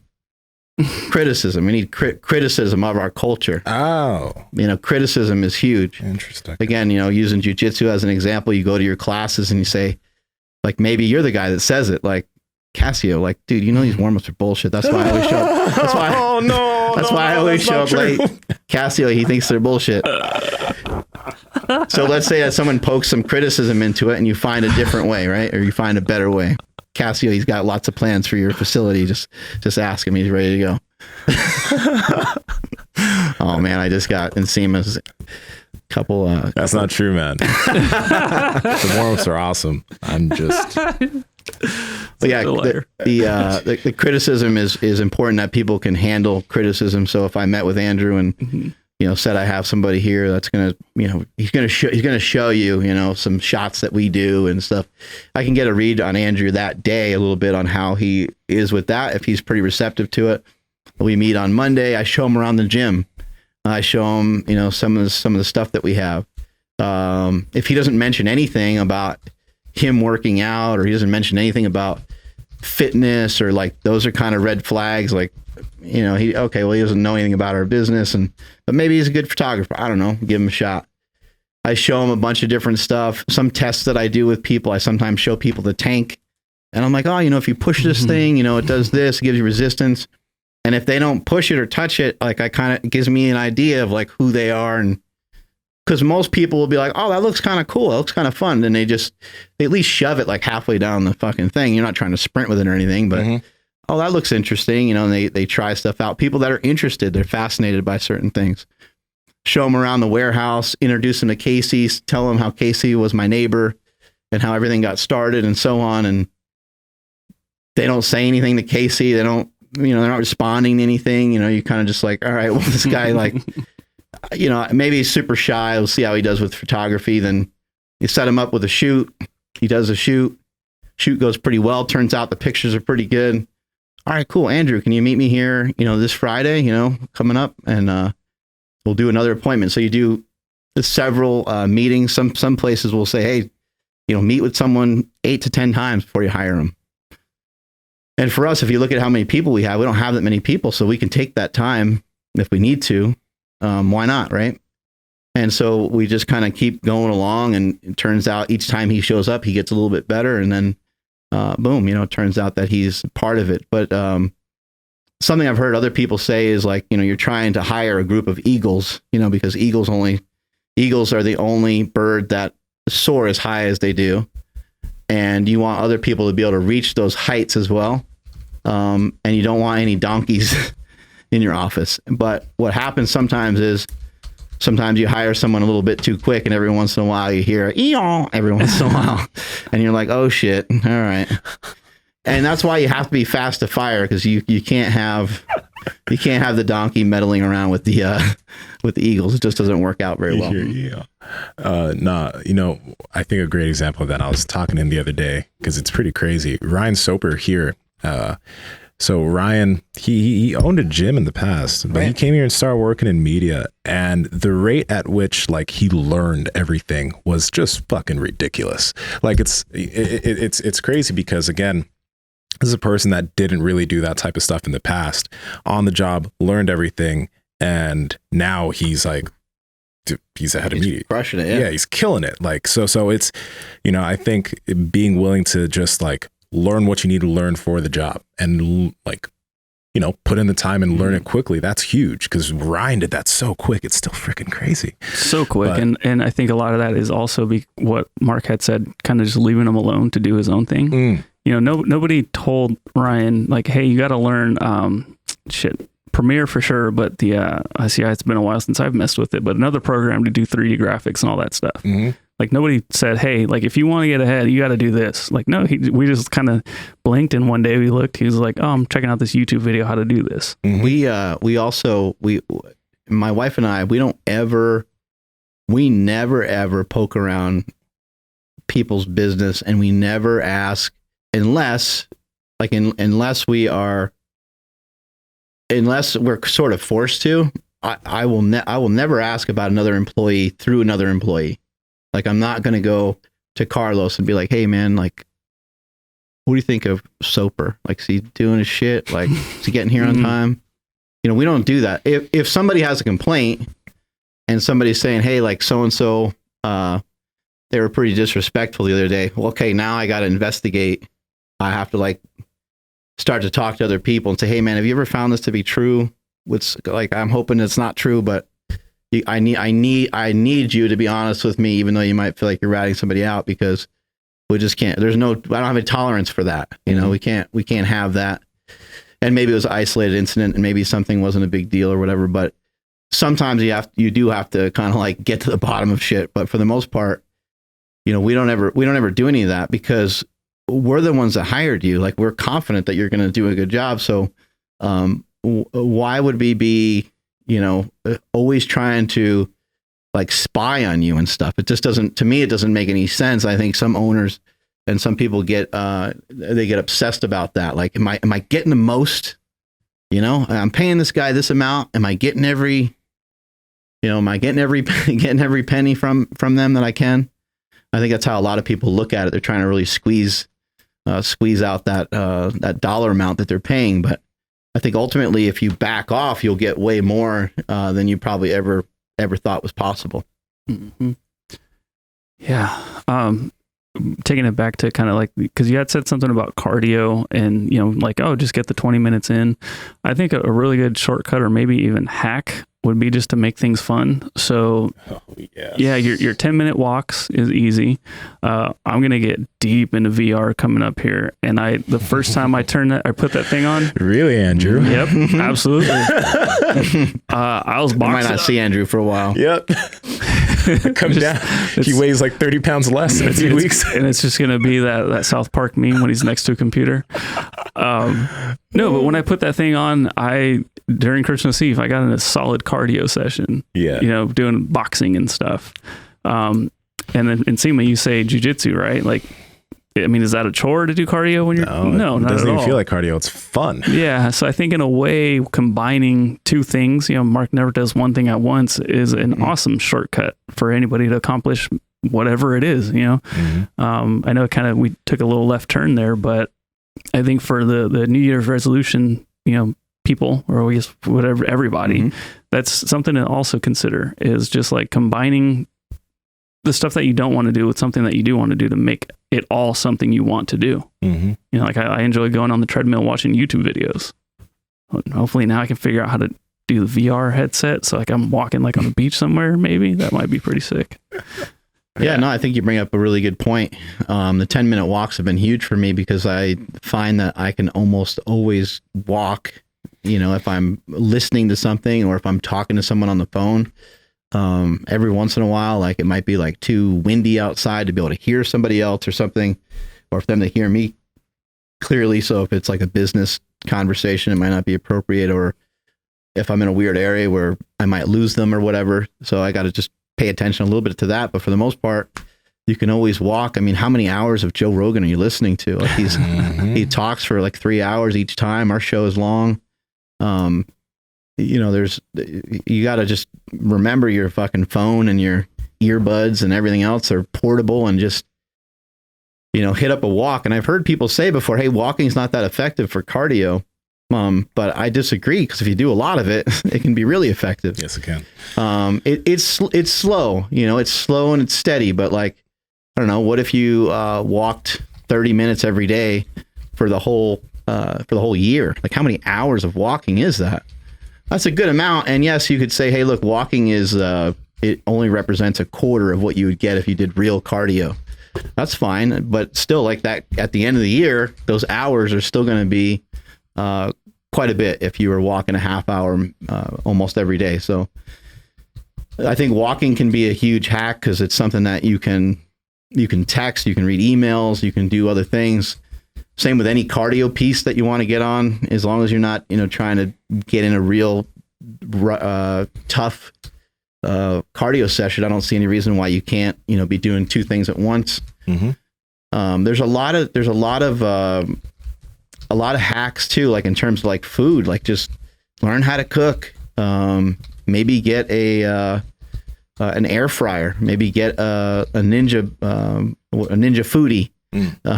Look at some of these things and try to make things either easier or more fun. Like I have a Ninja blender, and like just throwing shit at that Ninja blender just freaking, just blends everything up and it comes out really good. And it's better than me just using a shaker cup. Yeah, a shaker cup works great. But if I have something that works a little bit better, that I can get a little bit more flavor from, I'm going to be more likely to be excited about it, more likely to use it. So try to just, learn how to cook. Really just buy a fucking cookbook. Learn how to cook. Learn a bit about spices. Like, is there anybody in your family that knows anything about cooking? Probably. You probably ask somebody, say, hey, what do you do? You make some really good steak and you make some really good this or that. Well, how do you do that? And they're like, oh, I use a thermometer and I check the middle of the temperature and it always comes out. They'll have some tip where you're like, okay, cool. Yeah. Especially if you say, man, how do you make your, whatever the dish is, and they're going to get fired up to tell you. Yeah. Now, you might not necessarily want to add everything because it might be that stick of butter, which makes everything taste amazing, but you can adapt and make it your own. Mm-hmm. Yeah, no, in terms of walking, I think walking is one of those things that has a lot of downstream effects. And, especially when you're coming from a place where you're sedentary a lot or you don't do a lot of walking, when you start walking, your body does feel better over time. Maybe not that day, but maybe 2 days later, you're like, ooh, my hips feel pretty good. And then you are now, like, instead of feeling kind of crappy after work and you don't want to work out, your hips are feeling kind of loose and juicy. So you want to go get a workout in, because that legit happens. There have been periods where maybe I'm not walking as much because I'm working at the computer. And when I roll, I don't feel as good. But when I get back into taking some walks, I feel really damn good. My rolls are better. My workouts are better. Everything's just better. It has that downstream effect on your body. So that makes a big difference. Same thing with learning how to freaking cook. You'll save so much money. I spent so much money out because my cooking was trash. Downstream effect. Yeah, I like that. No, it's true. Yeah. Cool. Yeah, there's there's so many different things to talk about when it comes to these kinds of things. When it comes to your lifting, you're going to want to try to, keep in mind like what feels right for you when you do your warm-ups. I know for me, I personally always like to utilize really, really low reps in my warm-up. And that felt like a way for me to cheat my main sets sort of, or shortcut my main sets. If I got my body warm through some other means, like through doing some like lateral raises and some pull downs or something like that, then I could go right over to the bench and I can go 1 plate, 2 plates, 3 plates very easily and not have anything hurt, or everything felt really good. Mm-hmm. So that was a way for me to like save time, but also because I was only doing like 1 rep of each, I was conserving a lot of energy. Now the tough part is like as you get closer to your working sets, now you have some decisions to make on what kind of weights you're going to select. And if you don't select the right weights, you'll actually be weaker for the workout. So you have to be careful because you won't be like exponentially a ton weaker and you won't exponentially be a ton stronger by getting it right. But I've seen people miss weights before. They're getting ready to, bench 405 for the day, and they do 1 plate, 2 plate, 3 plate, and they try to go right to that 400-pound weight right there. Well, the problem with that is now you're at the higher end of your percentages of the weight that you can lift. And so you need to prime your body. So you probably need to do, 345 and 380 or something before you do that 400. And we do the 400, it'll be easier. We've had people in the gym miss weights before. We rewarm them up and they made them like right in front of me. I've seen it happen a bunch of times, and they make them kind of easy. You're like, holy shit. So there is some proof of this. There's some actual research to it as well. So when you're trying to, find something for your workouts to shortcut, try to find what feels best for you. Other people might want to warm up slightly differently than what I was using, but I always found that to be real effective. And then when I train with O'Hearn, he does that a lot. So even if you're going to do like a 5x5, you still, during some of your warm-up sets, you might want to use really low repetition. Doesn't mean you have to use singles, because that's what O'Hearn would do. He would use singles all the way up. Maybe with one plate, you do 10 reps just to actually get warm. Mm-hmm. Maybe with 2 plates, you do like 5 reps. Maybe as 3 plates gets on there, you do 1 rep or 3 reps. And then make sure that you're prepped for those main sets. But that is something that can be really effective, is just nailing those warm-ups just right. And you'll be able to kind of shortcut your way into getting to the heavier weights faster, getting your whole entire workout done in a much more efficient time. What if you get through your 5x5 15 or 20 minutes earlier than normal? And you made all your reps, you made all your sets, everything was really good. Well, now you're going to have more energy probably to dump into the rest of your workout. Yeah. An aspect of like warming up before working out, I used to do really extensive warm-ups before working out.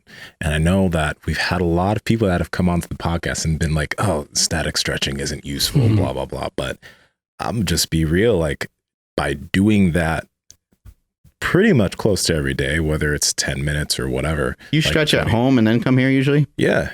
Yeah. I stretch at home usually every day, either if it's in the morning or the afternoon or evening, but I'll get in a session.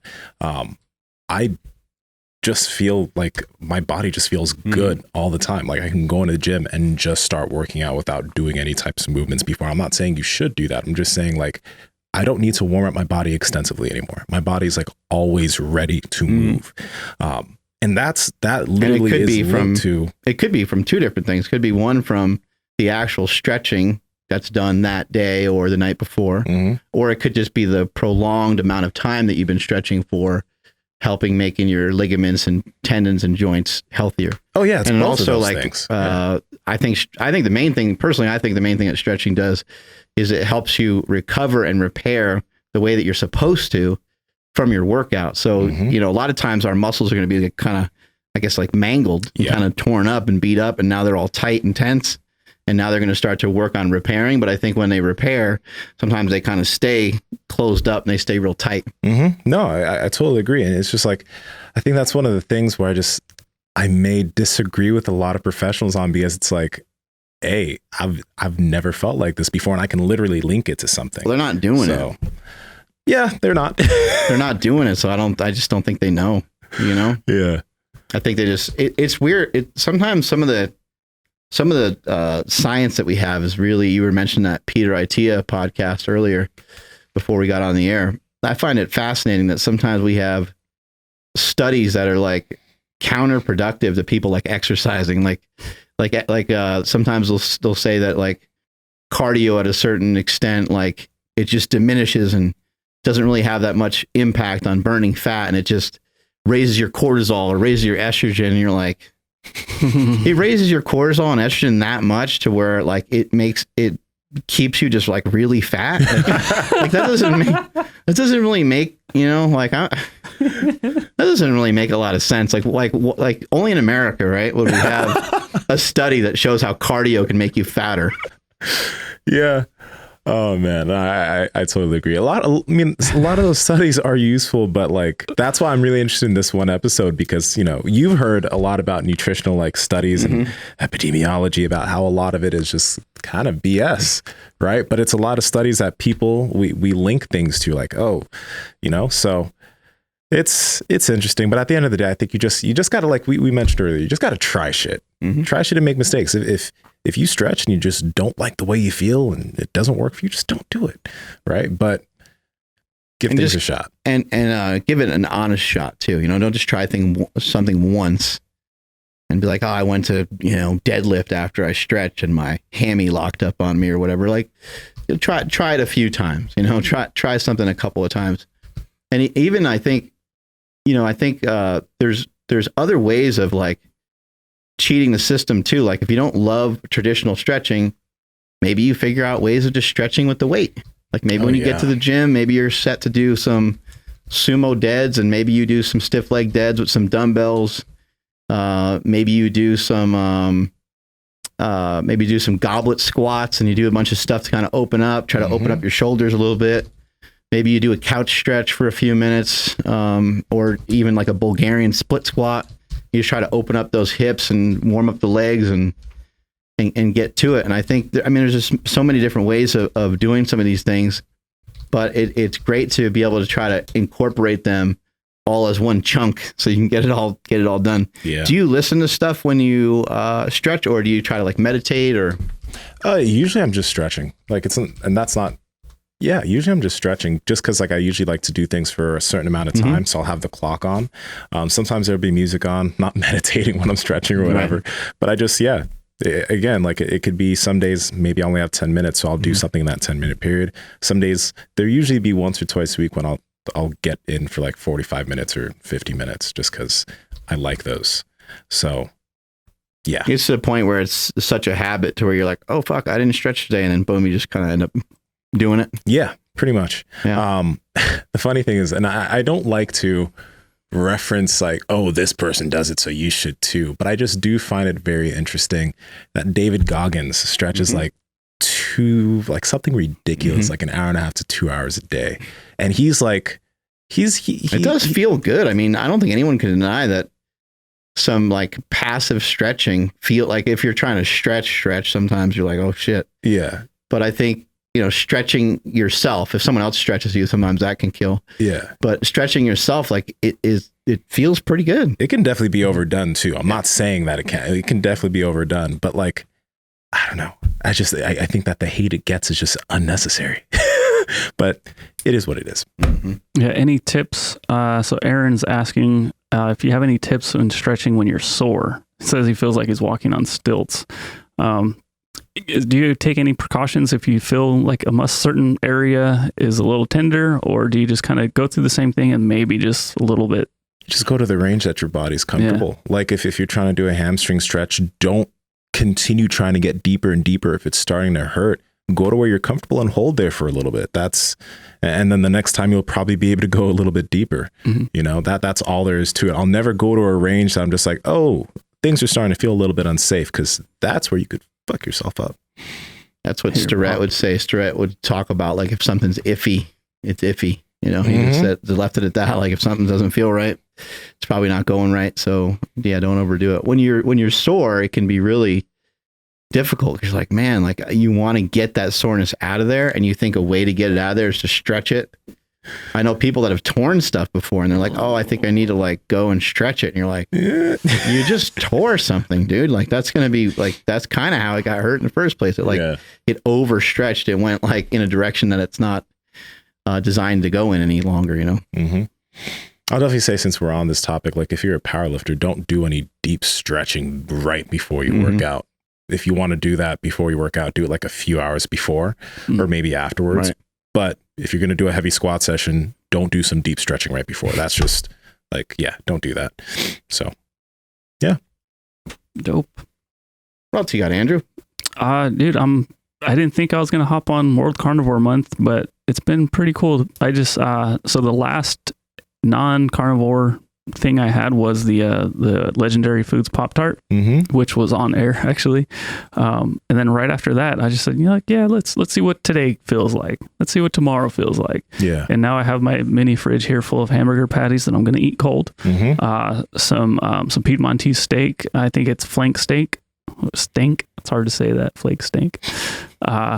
And if it's cool, man, it feels good. I made chaffles for my wife. She's pregnant, and she's like, these taste just like, like Eggo waffles. Like, what the heck? Couldn't really figure it out. But I did put a little bit of 0-calorie sweetener inside of it. I think I'm gonna make some chaffles today. Yeah, dude, they're great. I'm surprised I'm feeling good. I haven't had a crazy blowout, but I haven't been low carb in like 2 years. So wow. Yeah, I know. I was thinking about it. I'm like, shit, or maybe a little bit less, but whenever you started the Get Less Fatterist, that was the last time I did anything where like I just mimicked everything you did. Right. And speaking of shortcuts, but that was the last time I did low carb. And yeah, dude, it's been a while, but I feel pretty good. Like I said, the biggest indicator is, and this could be again because of the motivation of being on a diet or following the carnivore diet, is there's no pull towards sweets or anything. The weirdest thing I've had was not even weird, but just like I had a protein shake before bed last night. So I was like, I'm kind of hungry. I was like, I don't really want to make anything, but let me just have a protein shake. So I had that. It's too early to tell whether it's going to have, or whether it's having an effect on energy levels, but I would assume that it's going to be noticeable by the end of this week, where I'm going to feel like, oh, like this is going to be fun. Yeah. So that's what's new with me.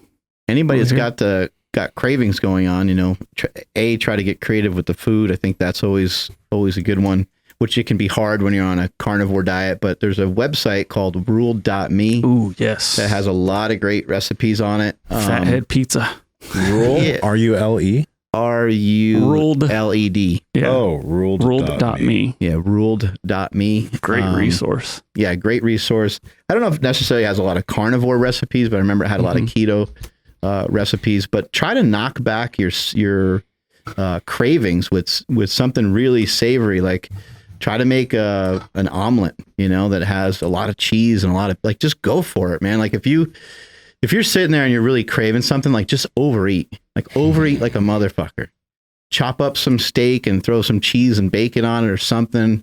You know, just do something a little different than what you're used to, just to see how it will help. I've found it to be really useful, and to kind of take that restriction off of worrying about overeating, I think is nice to do. You know, again, you're not trying to do this every night, but it's nice to do that here and there. I know that there's like, people have their favorite foods that are like all they can think about is junk food when they say, what's your favorite food?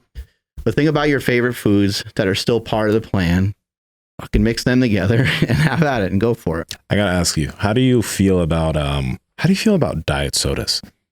Yeah, I think they're okay. Yeah, I think diet soda and things like that can sometimes elicit a response in some people that makes them still crave sweeter stuff. I think if possible, for the fatties out there, you know who you are. Yeah. Try to stay on that savory side as much as you can, meaning like fatty, salty type stuff rather than sweet anything. See if you can try that for just a bit until you can kind of recalibrate your taste buds, and then you can kind of work your way into getting some Coke Zeros and things like that. But I noticed for myself, those things kind of kick up a bunch of, because it's like, you got a little bit of it, you know, like you kind of got it, but you know, it's almost like giving you blue balls or something. Yes. That's a really funny way to put it. But yeah, I didn't know that they make a 0 calorie Mountain Dew. Yeah, they make a 0 calorie ginger ale. That's my jam. Yeah, so I mean, watch out, ginger ale. What? You and Raisin Bran and ginger ale. Ginger ale is great.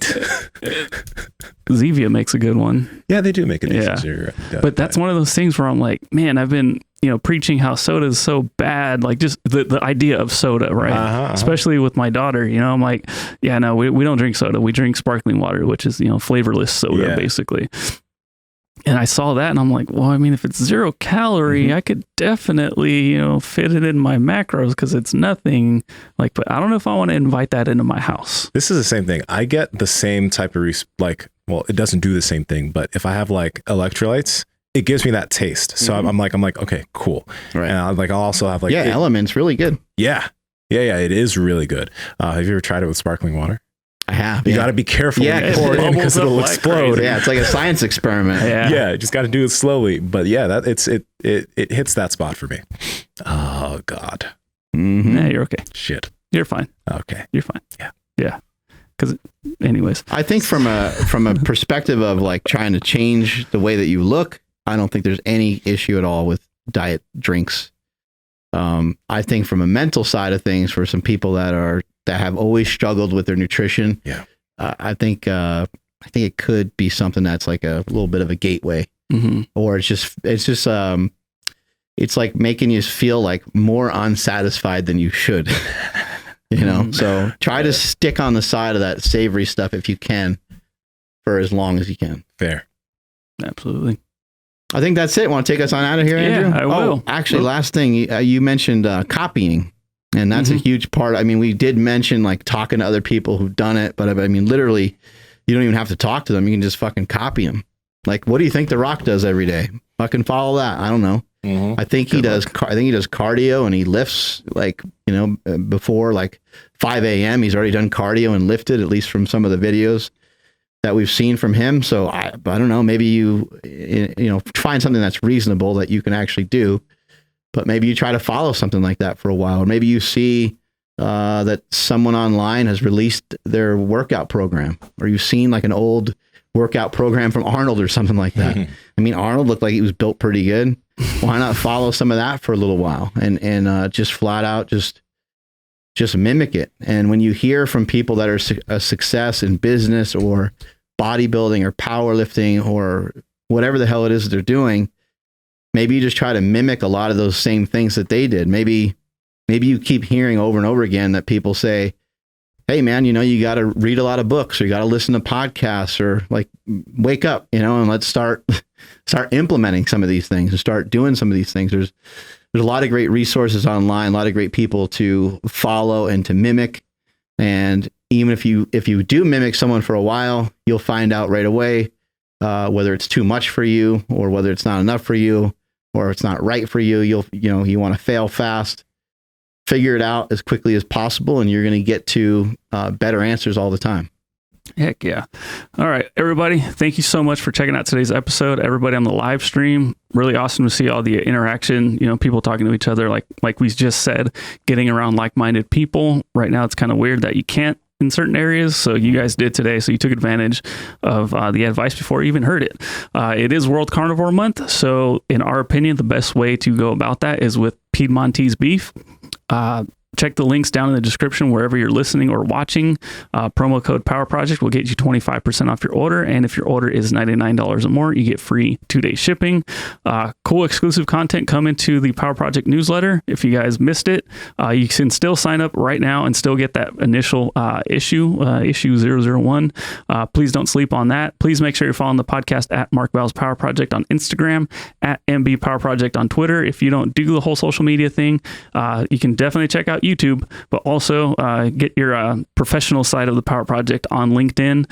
I don't know the actual link for that, so just find that somewhere. Just go on there, search Mark Bell's Power Project. My Instagram is at I am Andrew Z. Also on Twitter at I am Andrew Z. And Nsima, where are you at? At Nsima Inyang on Instagram and YouTube, at Nsima Yang on Twitter. Mark? Mark Smelly Bell. Strength is never weakness. Weakness never strength. Catch y'all later.